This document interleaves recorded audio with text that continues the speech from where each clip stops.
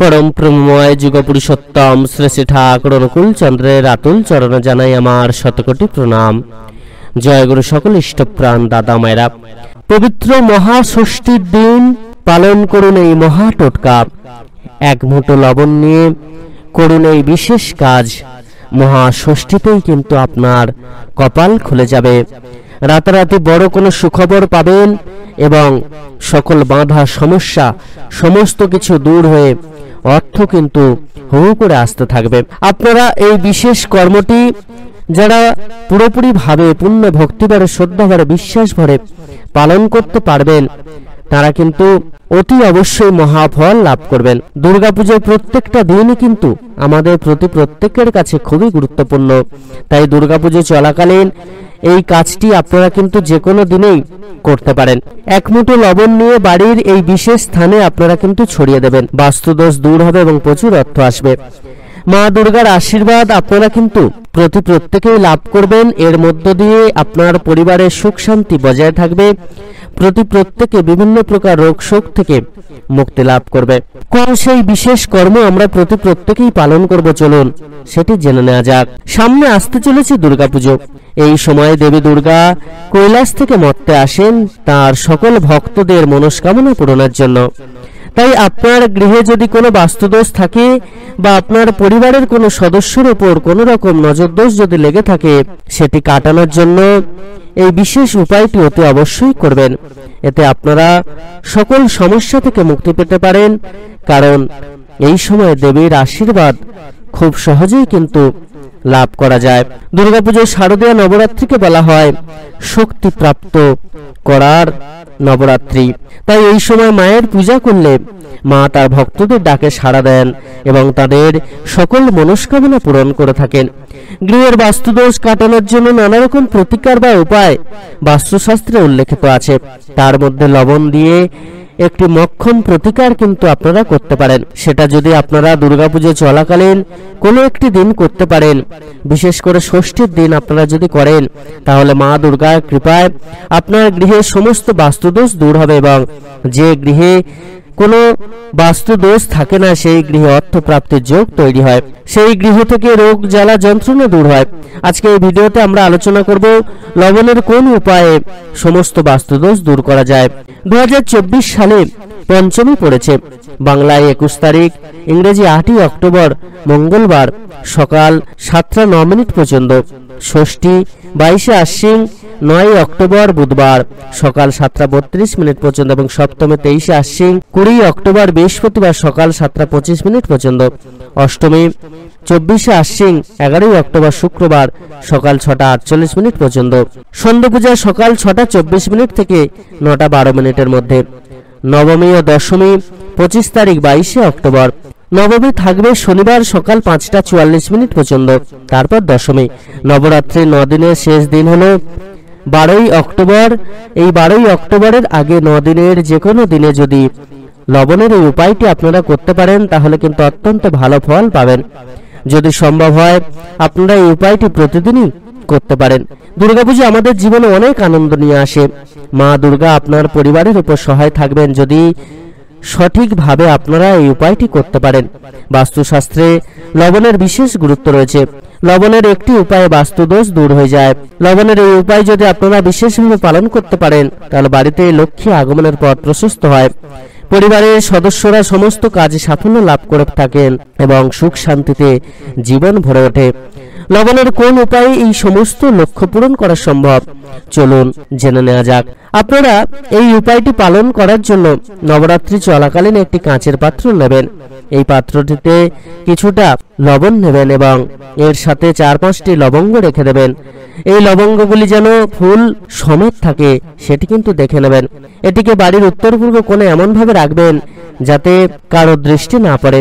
এর ফলে পরিবারে লক্ষ্মী আগমনের পথ কিন্তু প্রশস্ত হয় এবং আর্থিক সংকট দূর হয়।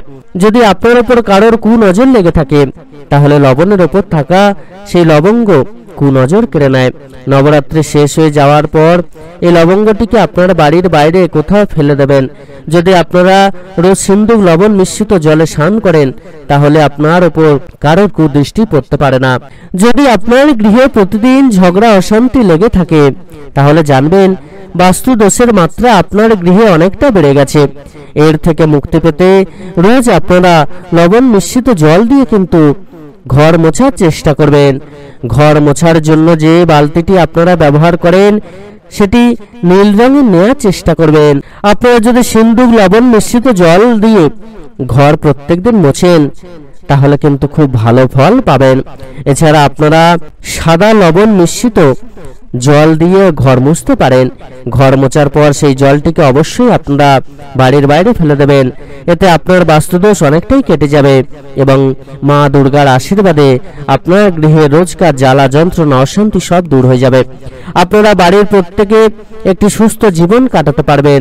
লবণের এই প্রতিকার নবরাত্রি চলাকালীন আপনারা অবশ্যই কিন্তু পালন করবেন। বাঙালির এই দুর্গাপুজোর জন্য সারা বছর অপেক্ষা করে থাকেন। দুর্গাপুজোর সময়ে সকলে আনন্দ উৎসবে মেতে ওঠেন, কিন্তু পূজা অর্চনার কম ধ্যান দেন। তাই নবরাত্রি চলাকালীন যে কোনো একদিন অন্তত দেবী দুর্গার নামে উপবাস করুন, পূজা অর্চনা করুন এবং সেই দিনে লবণের এই উপায়টি আপনারা কিন্তু করতে পারেন। এই উপায়টি কিন্তু আপনারা সন্ধ্যাবেলায় করবেন এবং সেই দিনে অবশ্যই আপনারা নিরামিষ আহার গ্রহণ করবেন। এই উপায়টি করার জন্য লাগবে 1 প্যাকেট সাদা নুন।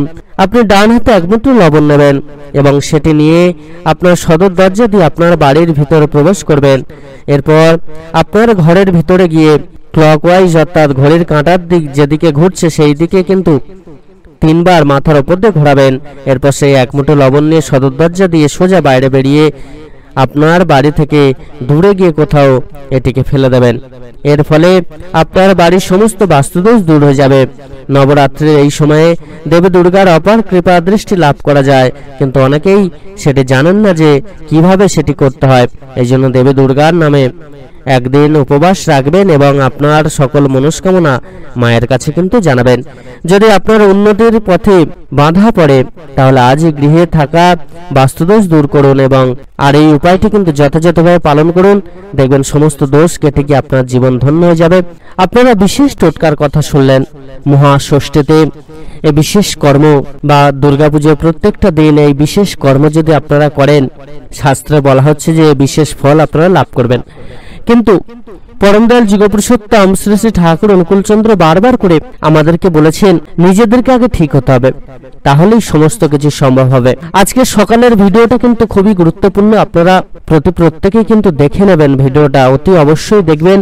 ভিডিওটা খুবই গুরুত্বপূর্ণ এবং প্রকৃত মা দুর্গার যে পূজার যে তাৎপর্য, যে প্রকৃত অর্থ, যে মাহাত্ম্য, সেটা কিন্তু আপনারা জানতে পারবেন। আমরা সাধারণত ভাবি যে দুর্গাপুজোর মহাষ্টমীর দিন পুষ্পাঞ্জলি দিলাম, সেজে গুজে গিয়ে পুষ্পাঞ্জলি দিলাম, বা অনেকে যারা মায়ের পূজা দেন ডালা সাজিয়ে পূজা দিলেন, তাতে করেই মায়ের আশীর্বাদ লাভ করা সম্ভব হবে, তা কিন্তু হয় না। তাই ভিডিওটা অতি অবশ্যই আপনাদের দেখার অনুরোধ রইল। প্রত্যেকে দেখবেন। ভিডিওর লিংক এই ভিডিওর ডেসক্রিপশনে আপনারা পেয়ে যাবেন। তো এবার আসি, এই যে বিশেষ টোটকার কথা বলা হয়েছে, এই টোটকা কিন্তু শাস্ত্রে বলা হয়েছে।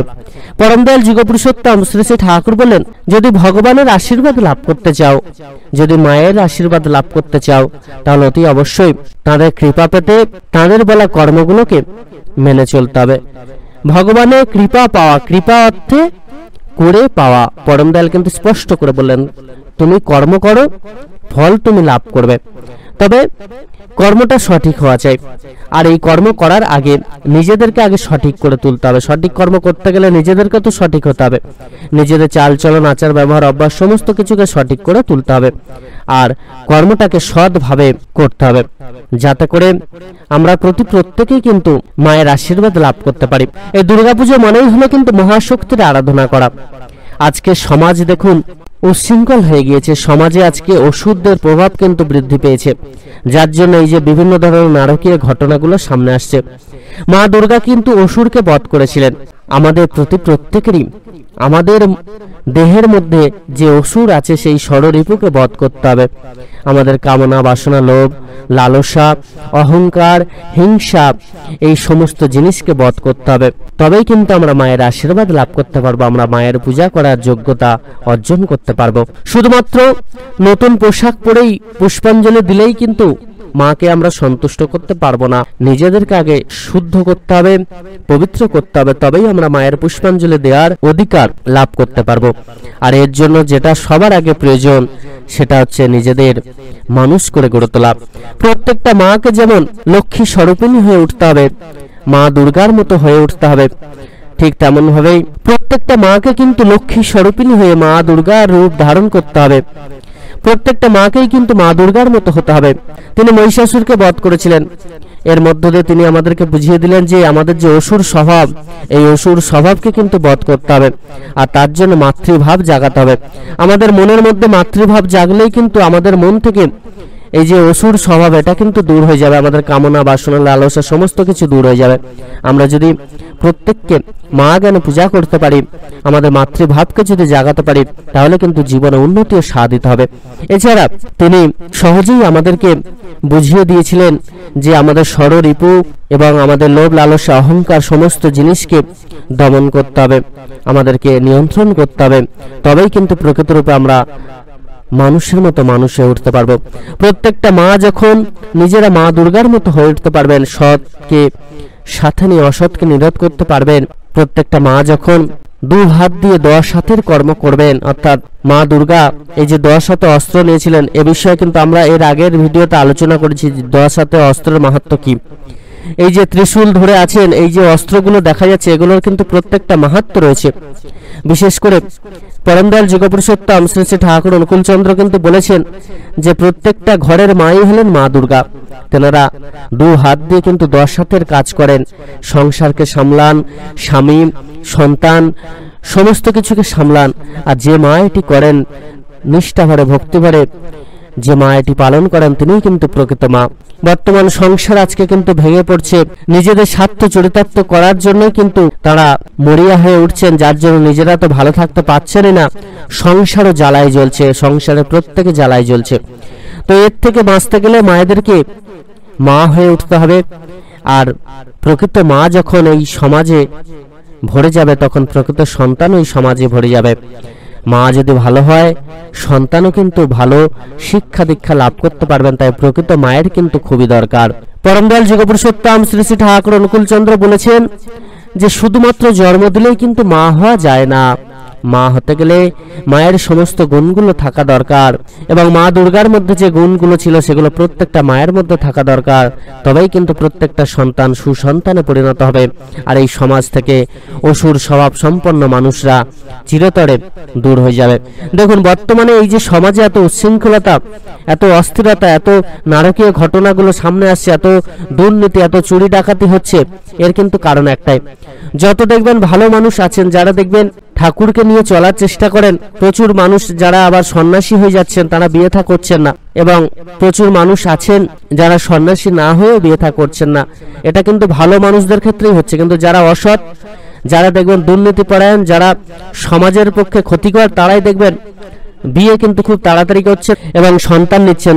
তো তাদের ঘরে যে সন্তান আসছে বেশিরভাগই কিন্তু তাদের যেমন ধ্যান ধারণা, তাদের যেমন চিন্তা ভাবনা, যেমন চরিত্র, যেমন কর্ম, তেমন ধ্যান ধারণা কর্ম নিয়ে তারা জন্মগ্রহণ করছেন। কিন্তু ভালো যারা, প্রকৃতপক্ষে যারা ধর্মকর্ম নিয়ে থাকেন, সৎ যারা, তারা বিয়ে থা করছেন না, তাদের সন্তানও হচ্ছে না, যার মধ্য দিয়ে কি হচ্ছে, ভালো সন্তান পৃথিবীতে আসছে না। এর জন্য কিন্তু পরমদয়াল যুগপুরুষোত্তম শ্রী শ্রী ঠাকুর বললেন সবার আগে যারা ভালো, প্রকৃত রূপে ধার্মিক, যারা প্রকৃত রূপে ধর্মপথে চলেন, সৎ অসৎকে নিরোধ করার শক্তি যারা ধারণ করেন, তাদেরকে আগে বিবাহ করা দরকার এবং সন্তান নেওয়া দরকার। কেননা তাদের সন্তানই এই পৃথিবীকে সুন্দর সুমধুর করতে পারবে। তারা সন্তান নিচ্ছেন না, কিন্তু যারা অসৎ, যারা দুর্নীতিপরায়ণ, তারা সন্তান নিচ্ছেন, যার মধ্য দিয়ে এই সমাজ কিন্তু বেশি করে অসৎ মানুষে ভরে যাচ্ছে।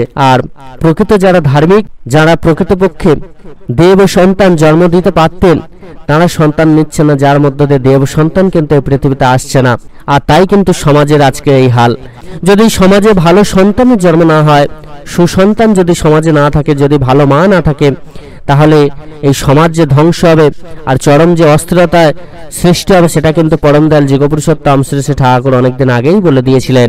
আজকে যেটা দেখা যাচ্ছে, দিকে দিকে দেখুন যে নারকীয় ঘটনাগুলো সামনে আসছে। আপনারা খবরের চ্যানেল খুললেই দেখতে পাবেন যে কিভাবে নৃশংসভাবে মানুষের মনের বিকৃতি ঘটেছে, কিভাবে মানুষ একটা নিকৃষ্টতম জীব হিসেবে পরিগণিত হচ্ছে, কিভাবে তাদের বিবেক বুদ্ধি মনুষ্যত্ব হ্রাস পেয়েছে। এগুলো কিন্তু আপনারা দেখতে পাবেন। এর একটাই কারণ, প্রকৃত মা এবং প্রকৃত সুসন্তানের অভাব, যার মধ্য দিয়ে সমাজ কিন্তু আজকে ধ্বংসপ্রাপ্ত হচ্ছে। তাই এই সমাজকে ঠিক করতে গেলে সবার আগে সঠিক বিবাহ দরকার, সঠিক পুরুষ, গুণবান পুরুষের দরকার, এবং সেই গুণবান পুরুষকে অতি অবশ্যই কিন্তু সন্তান নেওয়া দরকার। না হলে কিন্তু এই সমাজ একদিন ধ্বংস হয়ে যাবে, অসুরদের রাজত্বে চলে যাবে। দেব সন্তানরা আর পৃথিবীতে আসবে না, অসুর স্বভাব সম্পন্ন সন্তানরা কিন্তু এই পৃথিবীকে পুরো গ্রাস করে নেবে। তো দুর্গাপূজার এই বিশেষ দিনে আপনারা যে বিশেষ টোটকার কথা শুনলেন, আপনারা অতি অবশ্যই পালন করবেন। কিন্তু তার আগে নিজেদেরকে মানুষের মতো মানুষ করে তুলবেন, পরম দয়ালের চরণে নিজেদেরকে উৎসর্গ করবেন, ভালোভাবে নিজেদেরকে গড়ে তোলার চেষ্টা করবেন, এবং পরম দয়ালের বলা প্রত্যেকটি কর্মকে কিন্তু যথাযথভাবে মেনে চলার চেষ্টা করবেন। এতে করে দেখবেন প্রত্যেকের মঙ্গল হবে, আর তারপর আপনি যা চাইবেন তাই কিন্তু লাভ করতে পারবেন। এছাড়া দুর্গাপুজো চলাকালীন কিন্তু অতি অবশ্যই সাত্বিক আহার গ্রহণ করার চেষ্টা করবেন। আমরা প্রত্যেকে জানি বিভিন্ন দিনে বিভিন্ন মানুষ বিভিন্ন রকম আমিষ খাবার খেয়ে থাকেন, কিন্তু দুর্গাপুজো চলাকালীনও সাত্বিক আহার গ্রহণের বিধান শাস্ত্রে উল্লেখ করা হয়েছে। অতি অবশ্যই কিন্তু সাত্বিক আহার গ্রহণ করার চেষ্টা করবেন। সকল ইষ্টপ্রাণ দাদা মায়েরা প্রত্যেকে খুব ভালো থাকুন, পরম দয়ালের আশীর্বাদ লাভ করে আপনাদের প্রত্যেকের জীবনকে ধন্য করে তুলুন, এবং পরম দয়ালের আশীর্বাদ আপনাদের প্রত্যেকের উপর বর্ষিত হোক। জয় গুরু বন্দে পুরুষোত্তমম।